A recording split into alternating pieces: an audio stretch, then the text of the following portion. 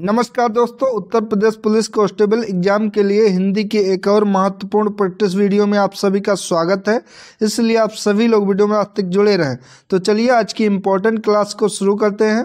पहला प्रश्न है, निराधार शब्द का विलोम शब्द क्या होगा? साक्षर, साल, साध्य, साधार। तो निराधार शब्द का विलोम शब्द हो जाएगा साधार। ऑप्शन नंबर डी इसका करेक्ट ऑप्शन है। अगला, स्वागत शब्द में कौन सी संधि है? तो इसमें संधि केवल जो कि यण संधि दिया है, तो option number C correct option हो जाएगा। बाकी तत्पुरुष, द्वंद्व और द्विगु ये सभी समास हैं, ना कि संधि है। तो option number C correct option है। अगला, वीर शब्द की भाववाचक संज्ञा कौन सी होगी? वीरता, वीरत्व, वीर या ए और सी दोनों, यानी कि वीरता और वीर दोनों। तो इसका राइट ऑप्शन है वीरता और वीर दोनों, जो कि वीर शब्द की भाववाचक संज्ञा हो जाएंगी। ऑप्शन नंबर डी इसका करेक्ट ऑप्शन है। अगला, हरडे वाणी किसकी रचना है? सुंदरदास की, धर्मदास की, दादू दयाल की, नानक देव की। तो हरडे वाणी जो कि रचना है दादू दयाल की। ऑप्शन नंबर सी इसका करेक्ट ऑप्शन हो जाएगा। अगला क्वेश्चन, शेखर एक जीवनी किसकी प्रथम उपन्यास माना जाता है?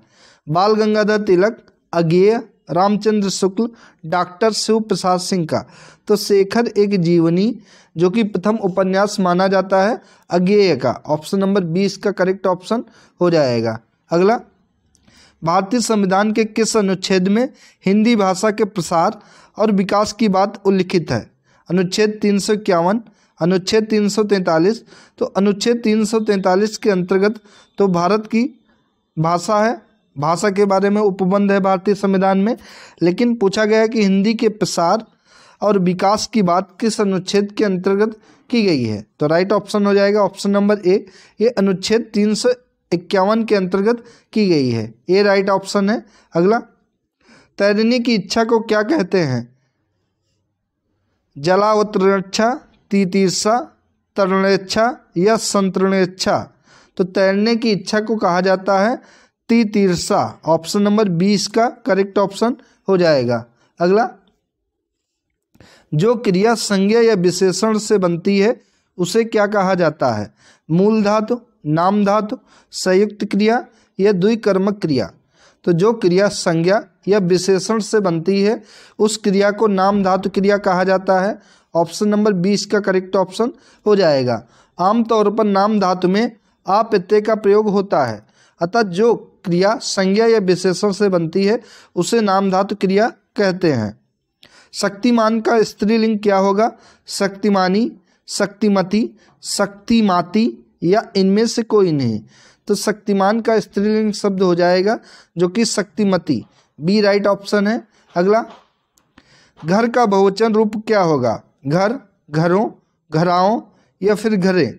तो घर का बहुवचन रूप हो जाएगा घरों। Option number B correct option है। अगला क्वेश्चन, क्रिया का मूल रूप क्या कहलाता है? धातु, कर्म, उपसर्ग, प्रत्यय। तो क्रिया का मूल रूप जो कि धातु कहलाता है। ऑप्शन नंबर ए इसका राइट ऑप्शन हो जाएगा। अगला क्वेश्चन, सुरेंद्र वर्मा को साहित्य अकादमी पुरस्कार किस वर्ष प्रदान किया गया था? वर्ष 1995, वर्ष 1996, 1997, 1999। तो सुरेंद्र वर्मा को साहित्य अकादमी पुरस्कार जो कि वर्ष 1996 में प्रदान किया गया था, और यह इनके उपन्यास मुझे चांद चाहिए, इनका उपन्यास था मुझे चांद चाहिए, इसके लिए सुरेंद्र वर्मा को साहित्य अकादमी पुरस्कार 1996 में प्रदान किया गया था। ठीक है, ऑप्शन नंबर 20 का राइट ऑप्शन हो जाएगा। अगला, निम्नलिखित में से सही वाक्य की पहचान कीजिए। वे धीमी स्वर बोला, वह धीमे स्वर में बोला, वह धीमे स्वर में बोला, वे धीमी स्वर में बोला। तो इसमें से आपको बताना है सही वाक्य कौन सा होगा। तो वह धीमे स्वर में बोला।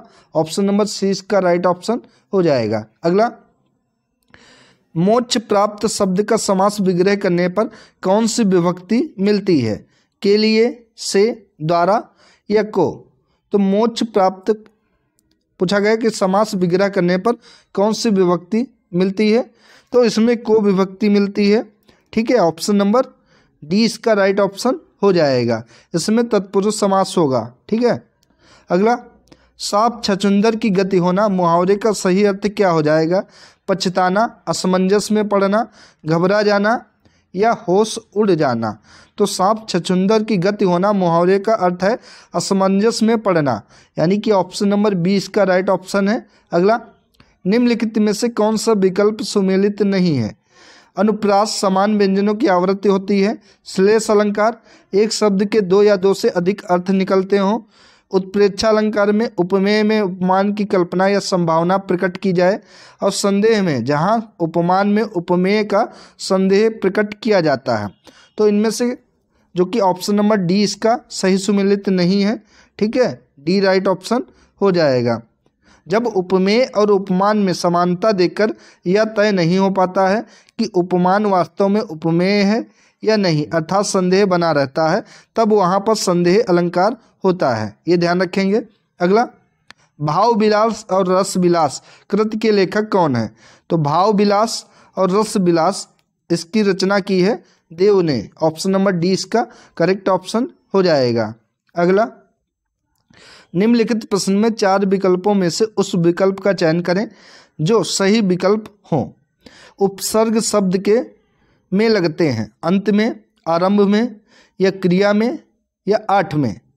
तो इसका राइट ऑप्शन हो जाएगा कि उपसर्ग जो कि आरंभ में लगते हैं और प्रत्यय शब्द के बाद में लगते हैं। ठीक है, वह शब्दांश जो किसी शब्द के पहले या आरंभ में लगकर एक सार्थक अर्थ प्रकट करे उसे ही उपसर्ग कहा जाता है।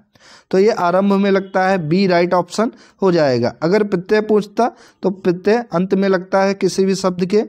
अगला, निम्नलिखित प्रश्न में 4 विकल्पों में से उस विकल्प का चयन करें जो प्रत्यय से नहीं बना है। चिकनाहट, तो इसमें आहट प्रत्यय है। चांदनी, खटास, आस प्रत्यय है या बखूबी। तो पूछा गया है कि इनमें से कौन सा ऐसा शब्द है जिसमें कोई भी प्रत्यय प्रयोग नहीं किया गया है। तो बखूबी है जिसमें कोई भी प्रत्यय नहीं है। ऑप्शन नंबर डी इसका करेक्ट ऑप्शन हो जाएगा। अगला, निम्नलिखित प्रश्न में 4 विकल्प दिए गए हैं जिनमें से एक शब्द दिए गए शब्द का सही तद्भव रूप होगा। तो कपोत जो कि तत्सम रूप है, इसका तद्भव रूप हो जाएगा कबूतर। ऑप्शन नंबर 20 का करेक्ट ऑप्शन हो जाएगा। ठीक है, अगर काज का तत्सम देखें तो काज का तत्सम हो जाएगा कार्य।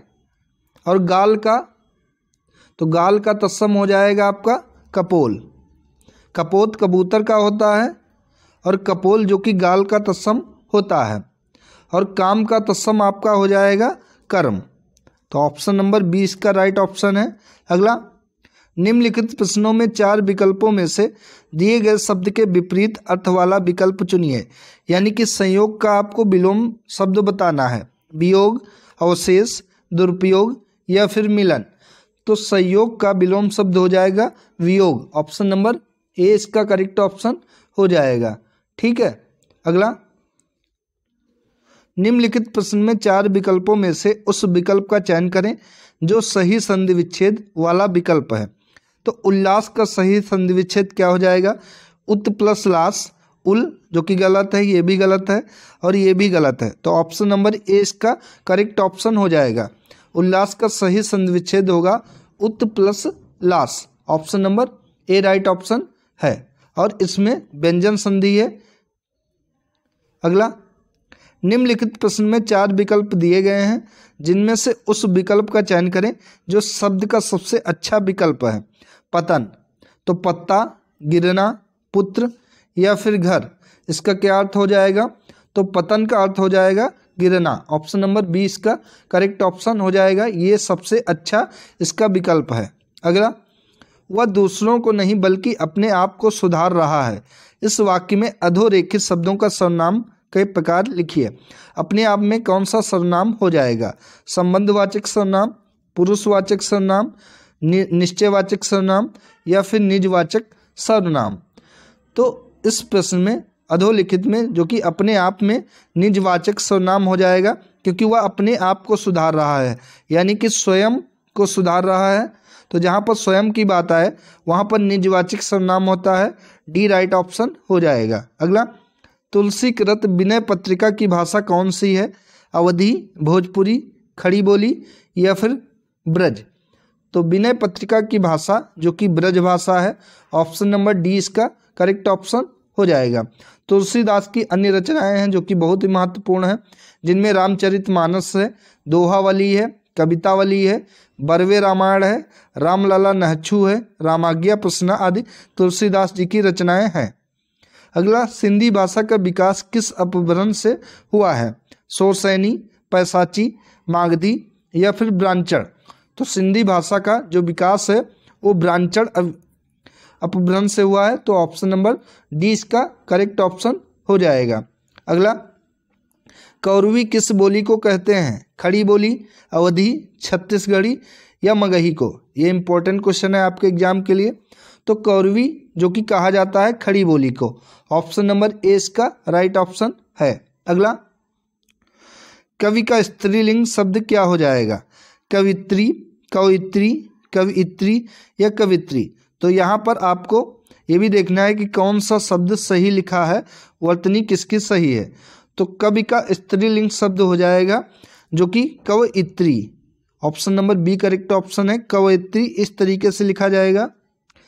अगला, अक्ल पर पत्थर पड़ना मुहावरे का अर्थ क्या होगा? बुद्धि भ्रष्ट होना, बेफिक्र, मूर्ख बन जाना या अपमानजनक बात कहना। तो अक्ल पर पत्थर पड़ना मुहावरे का सही अर्थ हो जाएगा कि बुद्धि भ्रष्ट होना, ऑप्शन नंबर ए इसका करेक्ट ऑप्शन है। अगला, जो भविष्य की बात सोचता हो उसके लिए एक शब्द कौन सा होगा? भविष्य चिंतक, भावी चिंतक, चिंताकुल या अग्रसोची। तो जो भविष्य की बात सोचता हो उसके लिए एक शब्द हो जाएगा अग्रसोची, डी इसका करेक्ट ऑप्शन है। अगला, इनमें से कौन सा शब्द शुद्ध है? तो आशीर्वाद की वर्तनी पूछा है, किस तरीके से यहाँ पर लिखा जाएगा? तो इसका राइट ऑप्शन है ऑप्शन नंबर ए, आशीर्वाद इस तरीके से लिखा जाएगा, ए करेक्ट ऑप्शन है। अगला, इनमें से कौन सा शब्द एकल का तद्भव है? अकल, अकिल, अकेला या फिर इनमें से कोई नहीं। तो एकल शब्द का तद्भव शब्द हो जाएगा अकेला, ऑप्शन नंबर सी इसका करेक्ट ऑप्शन है। नीचे गद्यांश दिया गया है, इसको पढ़कर प्रश्नों के उत्तर देने हैं। तो सबसे पहले गद्यांश को अच्छे से पढ़ते हैं। व्यवसायीकरण की आंधी से खेलों की दुनिया भी नहीं बच रह सकी। आज खेलों का अपना एक अलग अर्थशास्त्र है। पिछले दिनों भारत में आयोजित इंडियन प्रीमियर लीग यानी कि आईपीएल ने यह साबित कर दिया कि खेलों का बाजारीकरण किस हद तक किया जा सकता है और ये कितने भारी लाभ का सौदा है। हालांकि पहले से ही क्रिकेट में पैसों की भरमार रही है, लेकिन आईपीएल ने इस खेल की अर्थव्यवस्था को ऐसा विस्तार दिया है कि इसका असर लंबे समय तक बना रहेगा। एक अनुमान के मुताबिक भारत में खेल उद्योग का आकार 10,000 करोड़ रुपए सालाना तक पहुंच गया है। खेलों ने उत्सव का रूप धारण कर लिया है। यह हमारे दिन प्रतिदिन के जीवन को प्रभावित करते हैं। बाजार ने खेलों को एक ऐसे उद्योग में तब्दील कर दिया है कि इससे सामान्य जनजीवन पर असर पड़ने लगा है। मैच के हिसाब से लोग अपनी दिनचर्या तय करने लगे हैं। क्रिकेट के अलावा अगर देखें तो भारत में भी अन्य खेलों में पैसों का दखल बढ़ा है। वर्ष 2008 बीजिंग में संपन्न ओलंपिक ने यह साबित कर दिया है कि खेलों की अपनी एक अलग अर्थव्यवस्था है और भूमंडलीकरण के इस दौर में इसकी अपेक्षा नहीं की जा सकती। बहरहाल अब हालात ऐसे हो गए हैं कि खेल प्रतिस्पर्धाएं कहीं बहुराष्ट्रीय कंपनियों के बजट पर असर डालने लगी हैं। इस बात से किसी को भी संदेह नहीं होना चाहिए कि खेलों ने एक उद्योग का स्वरूप ले लिया है। बहरहाल इस बार के बीजिंग ओलंपिक के 12 मुख्य प्रायोजक थे। इसमें कोडक जैसी कंपनी भी शामिल रही, जिसने आधुनिक खेलों का साथ 1896 ईस्वी से ही दिया है। इसके अलावा ओलंपिक के बड़े प्रायोजकों में कोका कोला भी थी, जो वर्ष 1928 में ओलंपिक के साथ जुड़ी हुई है। इन 12 मुख्य प्रायोजकों में से आयोजकों की संयुक्त आमदनी $866 मिलियन तक पहुंच गई है। तो दोस्तों ये पैराग्राफ था, इसके अनुसार ही आपको नीचे प्रश्नों के उत्तर देने हैं। पहला प्रश्न है, खेलों की दुनिया किसकी चपेट में आ गई है? भूमंडलीकरण, समाजीकरण, व्यवसायीकरण या फिर ओलंपिक। तो पैराग्राफ में यहाँ पर बात हो रही है व्यवसायीकरण की, तो सी करेक्ट ऑप्शन होगा कि खेलों की दुनिया जो कि व्यवसायीकरण की चपेट में आ गई है। अगला, खेल की अर्थव्यवस्था को बढ़ावा किससे मिला है? तो खेल उत्सव, कोडक कंपनी, या उद्योग, तो आईपीएल की बात हो रही है। राइट ऑप्शन, ऑप्शन नंबर यहाँ पर बी हो जाएगा कि खेल की अर्थव्यवस्था को बढ़ावा जो कि आईपीएल से मिला है। अगला, बाजार का खेलों पर होने वाले प्रभाव का असर और किस पर दिखाई दे रहा है? अर्थव्यवस्था पर, व्यवसाय पर, आम लोगों पर या पर्यटन पर? तो बाजार का खेलों पर होने वाले प्रभाव का असर जो कि आम लोगों पर दिखाई दे रहा है, तो ऑप्शन नंबर सी इसका सही जवाब हो जाएगा। अगला, खेल प्रतिस्पर्धाओं का किसके बजट पर असर हो रहा है? बहुराष्ट्रीय कंपनियों, राष्ट्रीय कंपनियों, आम जनजीवन या राजनीतिक लोगों पर? तो खेल प्रतिस्पर्धाओं का असर बहुराष्ट्रीय कंपनियों के बजट पर हो रहा है। ऑप्शन नंबर ए इसका करेक्ट ऑप्शन है। अगला क्वेश्चन, विभिन्न प्रायोजकों में किसकी संयुक्त आमदनी में इजाफा हुआ है? आयोजकों की, जनता की, लोगों की या सरकार की? तो विभिन्न प्रायोजकों से आयोजकों की संयुक्त आमदनी में इजाफा हुआ है, तो ऑप्शन नंबर इसका ए राइट ऑप्शन हो जाएगा। तो दोस्तों ये थी आज की महत्वपूर्ण हिंदी की प्रैक्टिस वीडियो। दोस्तों वीडियो अगर आप सभी को अच्छी लगे तो वीडियो को लाइक करें, शेयर करें और चैनल को सब्सक्राइब करें। धन्यवाद दोस्तों।